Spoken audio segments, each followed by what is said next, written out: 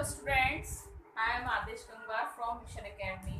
Today we will start new chapter of class 10, our environment. Now in this chapter we will discuss about the environment. बेटा environment, what is environment? क्या होता है, क्या है environment? Environment का जब word आता है आपके सामने तो आप क्या सोचते हैं? हम सब ने सुना होगा ये वर्ड, बहुत कॉमन वर्ड है हमारे लिए। इन्वायरमेंट का मतलब जो हमारे चारों तरफ का जो वातावरण है, जो चीज़ें हैं, जिन चीज़ों के आसपास हम रह रहे हैं, that all are included and it conducts a environment. Okay, मतलब जितनी भी चीज़ें हैं हमारे आसपास, चाहे वो लाइट हुई या वो ये बोर्ड हुआ या मैं हूँ या आप हैं, ये जितनी भी चीज़ें हमारे आसपास है, चाहे वो लिविंग है या नॉन लिविंग है, ऑल आर इंक्लूडिंग इन्वायरमेंट। ये सब किस में आते हैं? इन्वायरमेंट में आते हैं। तो समझ के इन्वायरमेंट क्या? The things which are surround us, that is called, that's make a environment. Understand ना? इन्वायरमेंट को हम आगे, ये जो चैप्टर है आपका, इस चैप्टर में आप सारी चीजें जो है वो कॉमन पढ़ेंगे, मतलब जो आपने पहले से सुन रखी है। कोई नई चीज ऐसी नहीं है जो आपको डिफिकल्ट लगेगी और जिसको आपको समझने में बहुत प्रॉब्लम होगी। बहुत सिंपल सा चैप्टर है ये, बहुत इजी चैप्टर है, तो इसको आपको पढ़ते हुए बड़ा मजा आएगा और बहुत आसानी से आप सारी चीज़ों को क्या है सीख पाएंगे। ठीक है, तो इन्वायरमेंट बेटा, ये मैंने आज जैसा आपको बताया कि जितनी भी चीज़ें हैं जो हमारे चारों तरफ हैं, वो सब क्या बनाती है? एक इन्वायरमेंट बनाती है। तो इन्वायरमेंट में कौन सी चीज़ें आती हैं भाई? दो चीज़ें तो आपको पता है कॉमन आती हैं, एक तो ये है लिविंग और नॉन लिविंग। ठीक है, एक लिविंग हो गया, दूसरा नॉन लिविंग हो गया। तो इसमें एक और चीज है जो है बायोडिग्रेडेबल थिंग्स, बायोडिग्रेडेबल, बायोडिग्रेडेबल, और दूसरी नॉन बायोडिग्रेडेबल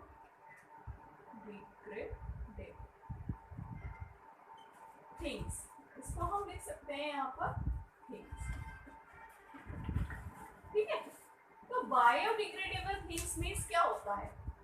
बायोडिग्रेडेबल का मतलब क्या जानते हैं? वो थिंग्स, वो चीजें जिनको हम क्या कर सकते हैं? डिकम्पोज कर सकते हैं। जो चीजें क्या होती है नेचर में अपने आप क्या होने लगती है? डिकम्पोज हो जाती है। हम नहीं करते बल्कि वो अपने आप ही क्या हो जाती है? डिकम्पोज होती है एक टाइम के बाद। जैसे कौन से इसके एग्जाम्पल क्या होंगे भाई? इसके एग्जाम्पल होंगे लाइक प्लांट्स, ठीक है, पेपर, पेपर और प्लांट्स है, पेपर है और टिश्यूज हैं, और भी चीजें हैं जो क्या आप देखते हैं क्या हो जाते हैं ये पेपर्स, प्लांट्स का पील्स हैं, क्या है? पील्स हैं, पील्स ऑफ फ्रूट्स हैं, वेजिटेबल्स हैं। बहुत सारी चीजें ऐसी हैं जो क्या होती है? डिकम्पोज हो जाती है टाइम के बाद। आपने देखा होगा, आप सब्जी के घर में क्या होती है, मम्मी लोग क्या करती हैं, सब्जी बनाई तो उसके जो छिक्कल होते हैं, सब्जी छीलते हैं तो उसके छिक्कल जो होते हैं डस्टबिन में डाल देते हैं। तो हम लोग शहरों में तो क्या होता है, वो डस्टबिन वाला जो आता है लेने, तो उसको हम उसमें डाल देते हैं। और कुछ जगह पे ऐसा होता है कि अलग अलग डस्टबिन बनाए गए हैं। ठीक है, एक ग्रीन डस्टबिन और दूसरा ब्लू डस्टबिन। तो ग्रीन डस्टबिन, अब सरकार इस चीज़ के लिए बहुत ज़्यादा सतर्क हो गई है और इस चीज़ पे बहुत वर्क कर रही है। तो ब्लू डस्टबिन में कौन सा मटेरियल डाला जाता है? यानी कि इसमें हम कह सकते हैं बायोडिग्रेडेबल वेस्ट थिंग्स की जगह ना कह के हम क्या कहेंगे? इसमें वेस्ट कह सकते हैं। ठीक है, क्या कहेंगे हम? वेस्ट। तो ये आपने देखा होगा ग्रीन जो डस्टबिन और ब्लू डस्टबिन है, तो ब्लू डस्टबिन में जो होता है वो हमेशा नॉन बायोडिग्रेडेबल के लिए होता है। किसके लिए होता है? ये होता है हमेशा ब्लू डस्टबिन जो यूज किया जाता है, वो ब्लू डस्टबिन यूज किया जाता है। और इसके लिए कौन सा यूज किया जाता है? इसके लिए किया जाता है ग्रीन डस्टबिन। ठीक है, ग्रीन डस्टबिन यूज किया जाता है।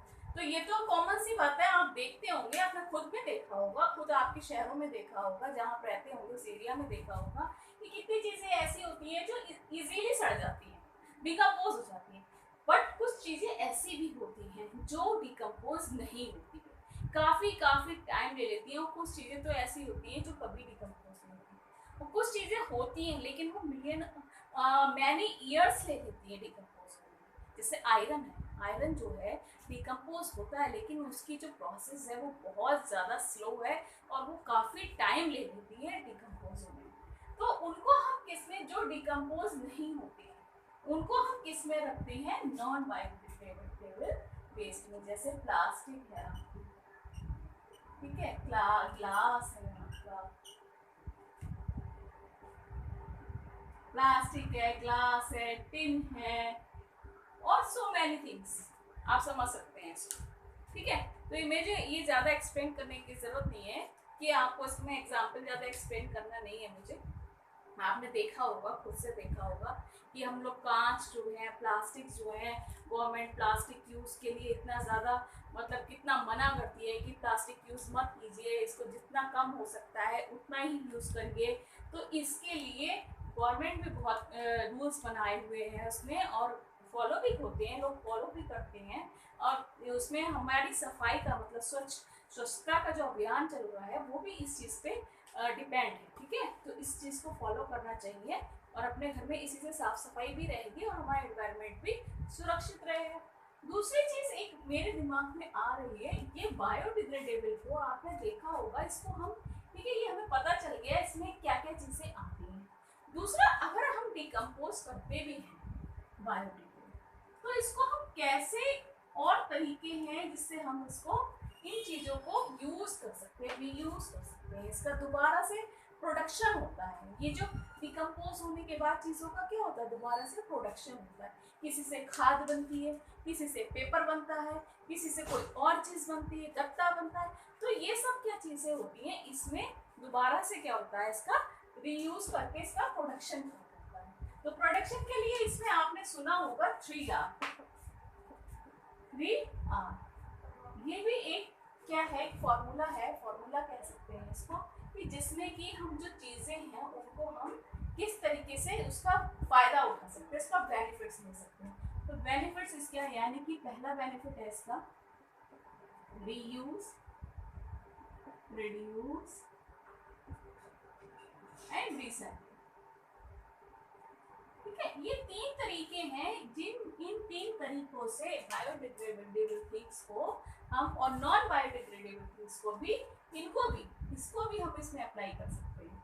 कैसे कर सकते हैं, जैसे प्लास्टिक है, तो प्लास्टिक के जैसे कोई पॉलिथीन आई हमारे घर, ठीक है, हम कहीं से मार्केट से गए, हम कुछ लेके आए, तो उस पॉलिथीन को हम ना फेंक के उसको हम क्या करेंगे, अपने घर में रख सकते हैं। तो वो हमारे किसके बैग के काम आएगी, कहीं मार्केट गए तो उसमें हम सामान ला सकते हैं, ठीक है। बॉटल से, हम बिस्लेरी की बॉटल ली पानी पीने की, तो हम उसको फेंके नहीं, हम क्या कर सकते हैं, उसको घर में रख सकते हैं और किसी चीज़ में भी यूज़ कर सकते हैं।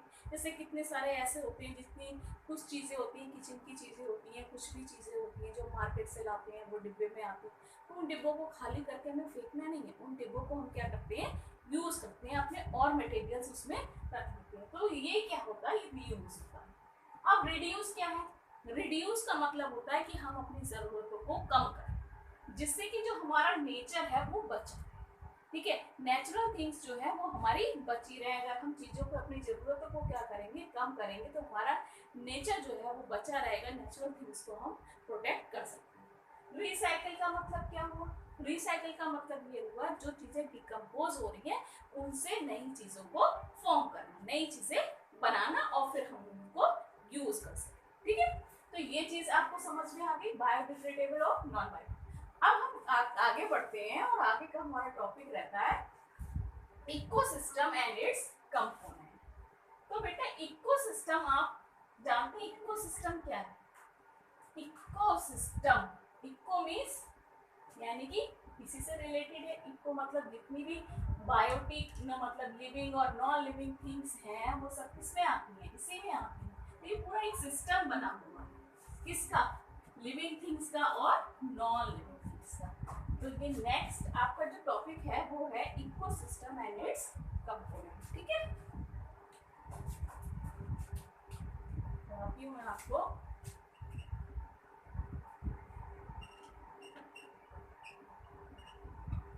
Ecosystem and it's component.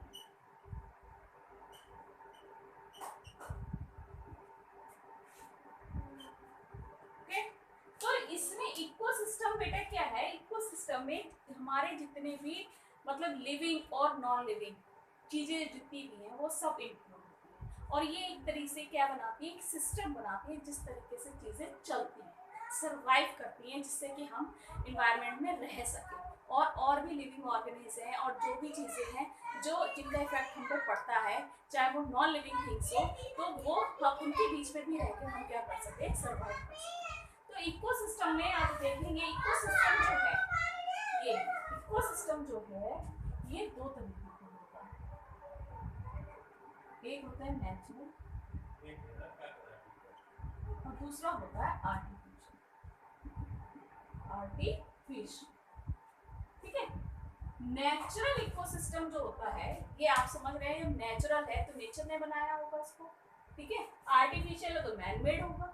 Natural ecosystem में क्या क्या चीजें आती है, नेचुरल इकोसिस्टम में आती हैं, जैसे एक है आपका टेरेस्ट्रियल,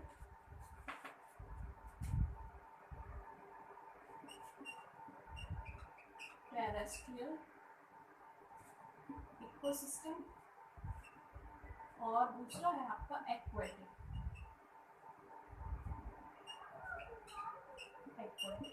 अब टेरेस्ट्रियल में क्या क्या चीजें आती हैं, टेरेस्ट्रियल में मतलब आप इसको कह सकते हैं जैसे डेजर्ट में जो इकोसिस्टम होता है, फॉरेस्ट में होता है, ठीक है, ग्रास और आपका ग्रासलैंड कह सकते हैं, ग्रासलैंड में होता है, ये सब आते हैं आपके टेरेस्ट्रियल।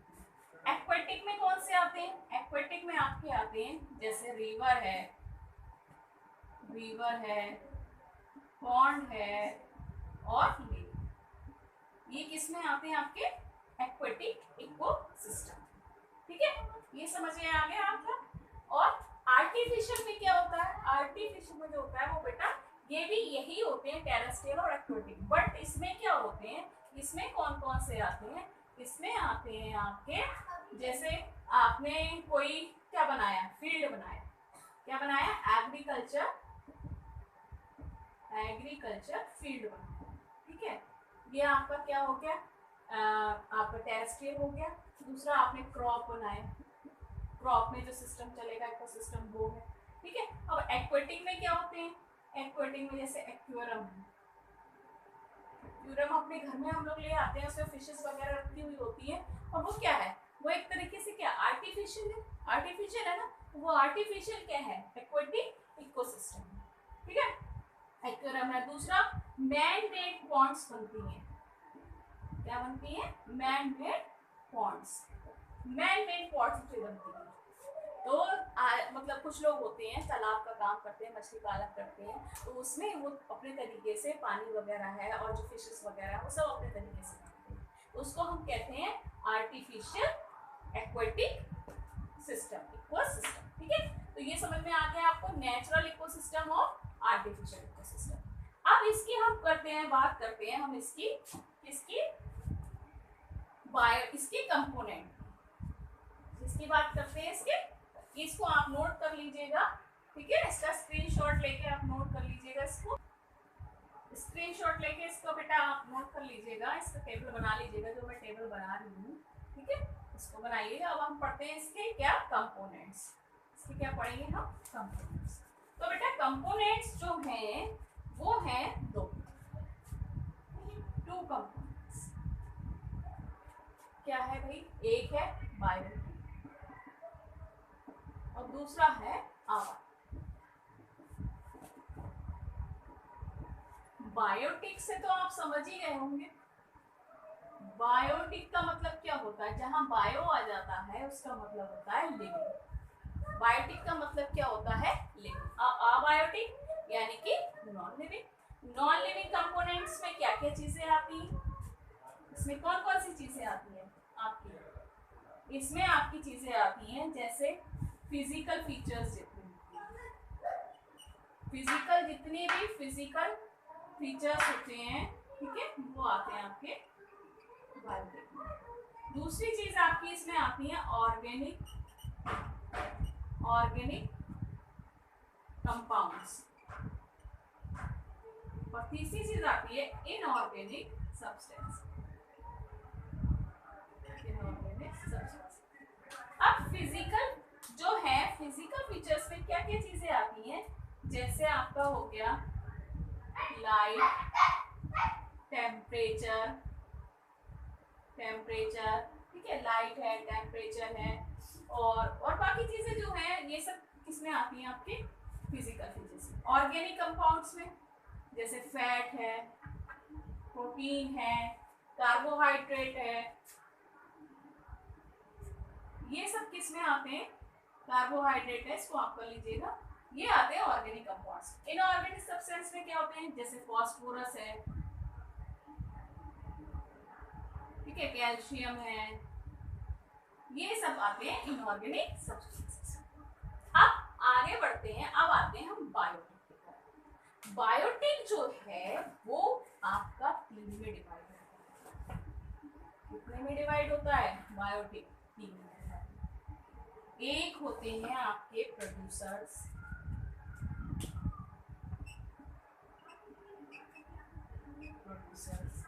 दूसरे होते हैं आपके कंज्यूमर,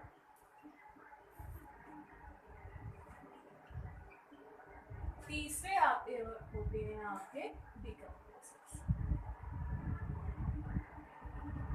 ठीक है, ये समझ लीजिए, प्रोड्यूसर्स, कंज्यूमर्स एंड डिकम्पोजर्स। तो प्रोड्यूसर्स जो होते हैं, आपको पता होगा प्रोड्यूसर्स क्या होते हैं, जितने ऑटोट्रॉफ्स हैं वो सब क्या कहलाते हैं, प्रोड्यूसर्स कहलाते हैं, यानी कि ग्रीन प्लांट्स। ग्रीन प्लांट्स ये क्या होते हैं, प्रोड्यूसर्स होते हैं।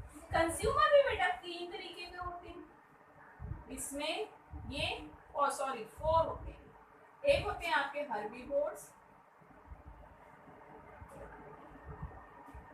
दूसरे होते हैं कार्निवोर्स, तीसरे होते हैं ओमनिवोर्स, और 4th होते हैं आपके पैरासाइट्स। डिकम्पोजर्स आपको जानते हैं, जो डेड एंड डीके मैटर पे डिपेंड होते हैं, यानी कि उनको खाते हैं। अब मैं यहीं पर आपको एक क्या बना देती हूँ, साइकिल बना देती हूँ, जिससे आपको बहुत अच्छे से समझ में आए। अब ये जो ग्रीन प्लांट्स हैं, ठीक है, प्रोड्यूसर्स जो हैं वो कैसे, ग्रीन प्लांट्स जो होते हैं वो कैसे वर्क करते हैं, ये वाटर लेते हैं, कहाँ से लेते हैं ये वाटर लेते हैं कहाँ से, सॉइल से, वहां से लेते हैं सॉइल से, यानी कि नीचे जमीन में पानी होता है वहां से ये लेते हैं, इसको लेते हैं, ठीक है। और क्या लेते हैं ये, सन वहां से बनाते हैं ये, क्या बनाते हैं ये, फोटोसिंथेसिस की प्रोसेस को करते हैं, और यहाँ ये ग्रीन प्लांट्स होते हैं वो अपना खाना बनाते हैं और तैयार होते हैं हमारे क्या, प्रोड्यूसर्स। ठीक है, प्रोड्यूसर्स जो है वो हमारे तैयार होते हैं। अब इन प्रोड्यूसर्स को कौन खाता है, इन प्रोड्यूसर्स को खाते हैं हमारे कंज्यूमर्स। कौन खाता है, कंज्यूमर। इन प्रोड्यूसर्स को हर्बीवोर्स खाते हैं, ठीक है, इन प्रोड्यूसर्स को कार्निवोर्स खाते हैं, और इन प्रोड्यूसर्स को ओमनिवोर्स भी खाते हैं। ठीक है, समझिए। अब इनको कंज्यूमर्स को कौन खाता है, डिकम्पोजर्स। कौन खाता है इनको, डिकम्पोजर्स। तो डिकम्पोजर्स देख रहे हैं, ये डिकम्पोजर्स जब ये सारी चीजें डेड हो जाती हैं, पैरासाइट्स जानते हैं बेटा, पैरासाइट्स यानी कि वो ऑर्गेनिल्स होते हैं जो दूसरे लिविंग ऑर्गेनिल्स पे डिपेंड रहते हैं अपने फूड के लिए, लेकिन उनको बिना नुकसान पहुंचाए, without killing them they depend, they can take their food from the living organisms without killing them। ठीक है, उनसे ये फूड तो लेते हैं लेकिन उनको कोई भी नुकसान नहीं पहुंचाते हैं। अब ये जब सारी चीजें ये हैं आपके कंज्यूमर्स, जब ये डेड होते हैं तो इनको कौन खाता है, इनको सब खाते हैं ये, मैंने आपको बता दिया, ये पूरे कंज्यूमर्स को कौन खाता है, डिकम्पोजर। अब ये जो डेड डिकम्पोजर्स हैं ये किसमें आके मिल जाते हैं, ये मिल जाते हैं आपके सॉइल में। किसमें मिल जाते हैं? सॉइल। ठीक है, तो ये आप टेबल अपनी अच्छी तरीके से समझ लीजिए कि वाटर से हमने क्या लिया, वाटर लिया सॉइल से, और क्या लिया, सन लिया। बाकी चीजें तो आपको पता है, क्लोरोफिल वगैरह सब इन्हीं के अंदर होता है। ये सारी चीजें के लेते हैं ग्रीन प्लांट और क्या बनाते हैं, अपना खाना बना लेते हैं। इनको फिर किसने खाया? हर्बीवोर्स ने। कार्निवोर्स भी खा सकते हैं, ओमनिवोर्स भी खा सकते हैं। हर्बीवोर्स आप जानते हैं, हर्बीवोर्स क्या होती है? हर्बीवोर्स हर कोई बच्चा जानता होगा। प्लांट ईटर्स को हम क्या कहते हैं? हर्बीवोर्स। कार्निवोर्स क्या होते हैं? Only flesh eater, only flash eaters.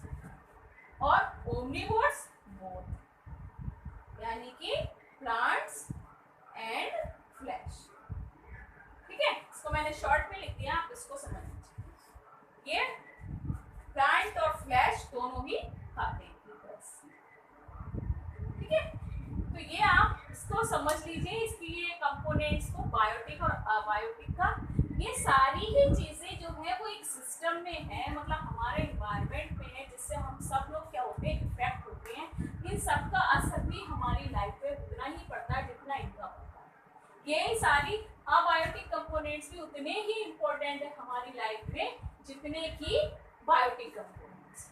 ठीक है बेटा, अब जो ये टॉपिक जो है वो यहीं पर खत्म होता है और इस टॉपिक को हम यहीं एंड करेंगे। इसको आप अच्छी तरीके से समझ लीजिए। इतना मैंने बताया है आपको, क्या क्या बताया है, बायोडिग्रेडेबल और नॉन बायोडिग्रेडेबल वेस्ट बताया है मैंने आपको। ठीक है, और मैंने आपको बताए हैं इसके इकोसिस्टम को बताया है। इकोसिस्टम में क्या बताया, बायोटिक और अबायोटिक। ठीक है, और इसके कंपोनेंट्स और इसके बारे, सारे कंपोनेंट्स के बारे में मैंने आपको बता दिया। और जो इसके इकोसिस्टम जो है वो दो तरीके का होता है, नेचुरल और आर्टिफिशियल। ठीक है, उसके बारे में टेरेस्ट्रियल, ये भी दो तरीके का होता है, टेरेस्ट्रियल और एक्वेटिक। वो भी दो पार्ट में डिवाइड है। वो आपका मैनमेड भी हो सकता है, आर्टिफिशियल भी हो सकता है और natural.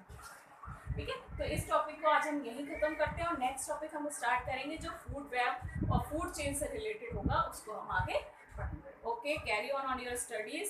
Thank you students, thank you.